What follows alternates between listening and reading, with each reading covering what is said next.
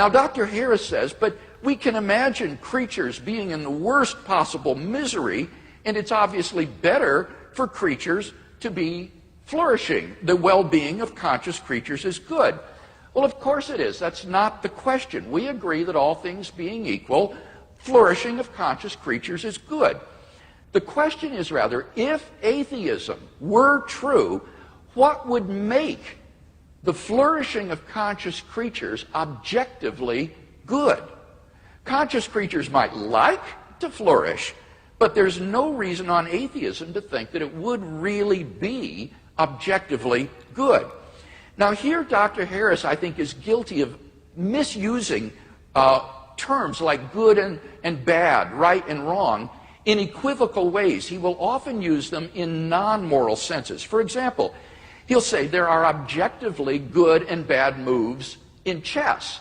Now that's clearly not a moral use of the terms good and bad. You just mean they're not apt to win or produce a winning strategy. It's not evil what you've done. And similarly, in ordinary English, we use the words good and bad in a number of non-moral ways. For example, we say Notre Dame has a good team.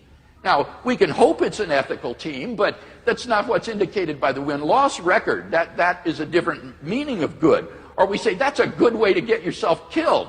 Or that's a good game plan. Or the sunshine felt good. Or that's a good route to East Lansing. Or there's no good reason to do that. Or she's in good health. All of these are non-moral uses of the word good.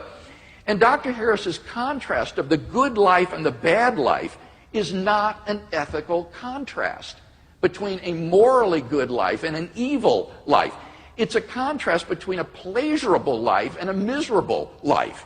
And there's no reason to identify pleasure, misery with good and evil, especially on atheism.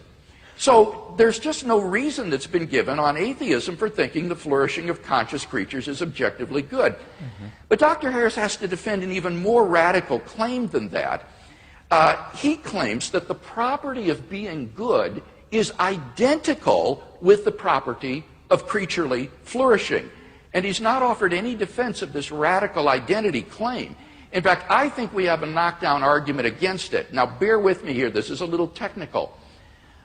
On the next to last page of his book, Dr. Harris makes the telling admission that if people like rapists, liars, and thieves could be just as happy as good people, then his moral landscape would no longer be a moral landscape. Rather, it would just be a continuum of well-being whose peaks are occupied by good and bad people or evil people alike.